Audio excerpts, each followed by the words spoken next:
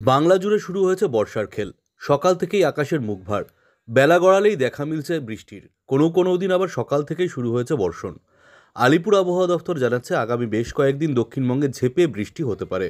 আজ থেকেই আবহাওয়ার ভোল বদল দেখা যাবে বাংলায়, এমনই পূর্বাভাস আবহাওয়া দপ্তরের। তবে আবহাওয়া দপ্তর সূত্রে পাওয়া এই পূর্বাভাস অনুযায়ী আজ রাজ্যের কোন কোন জেলাগুলিতে রয়েছে ভারী বৃষ্টির সম্ভাবনা, আগামী কয়েকদিন কেমন থাকবে কলকাতা সহ উত্তর ও দক্ষিণবঙ্গের আবহাওয়া, এই নিয়ে কি জানা যাচ্ছে এই মুহূর্তে জানবেন সম্পূর্ণ বিস্তারিত ভিডিওতে।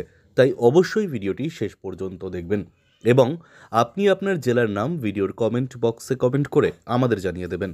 আপনার জেলার নতুন কোনো খবর বেরিয়ে এলে আমরা আপনাকে জানিয়ে দেব। একটা ছোট্ট অনুরোধ আপনার কাছে, ভিডিওটিতে একটি লাইক করবেন এবং আপনি এই চ্যানেলটিতে নতুন হলে চ্যানেলটিকে সাবস্ক্রাইব করে পাশের বেল বাটনটি বাজিয়ে দেবেন পরবর্তী খবরগুলো সবার আগে দেখার জন্য।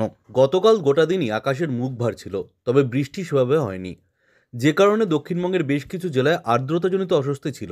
তবে আজ থেকে বদলে যাবে আবহাওয়া। আজ দক্ষিণের প্রায় প্রত্যেকটি জেলাতেই বৃষ্টির সম্ভাবনা রয়েছে। প্রত্যেক জেলার বেশিরভাগ অংশে বজ্র বিদ্যুৎ সহ হালকা থেকে মাঝারি বৃষ্টিপাতের সম্ভাবনা রয়েছে। হাওয়া অফিসের পূর্বাভাস অনুযায়ী আজ ভারী বৃষ্টিপাতের সম্ভাবনা রয়েছে দক্ষিণবঙ্গের 6টি জেলায়। পূর্ব বর্ধমান, পশ্চিম বর্ধমান, উত্তর 24 পরগনা, দক্ষিণ 24 পরগনা, হুগলি এবং বীরভূমে বিক্ষিপ্তভাবে ভারী বৃষ্টি হতে পারে বলে জানা গিয়েছে। আগামীকাল থেকে বৃষ্টির সম্ভাবনা বাড়তে পারে। উত্তর এবং দক্ষিণ 24 পরগনায় বিক্ষিপ্তভাবে ভারী বৃষ্টির সম্ভাবনা রয়েছে। আগামীকাল দক্ষিণের সব জেলাতেই ওয়াইড স্প্রেড রেইন হতে পারে বলে জানানো হয়েছে।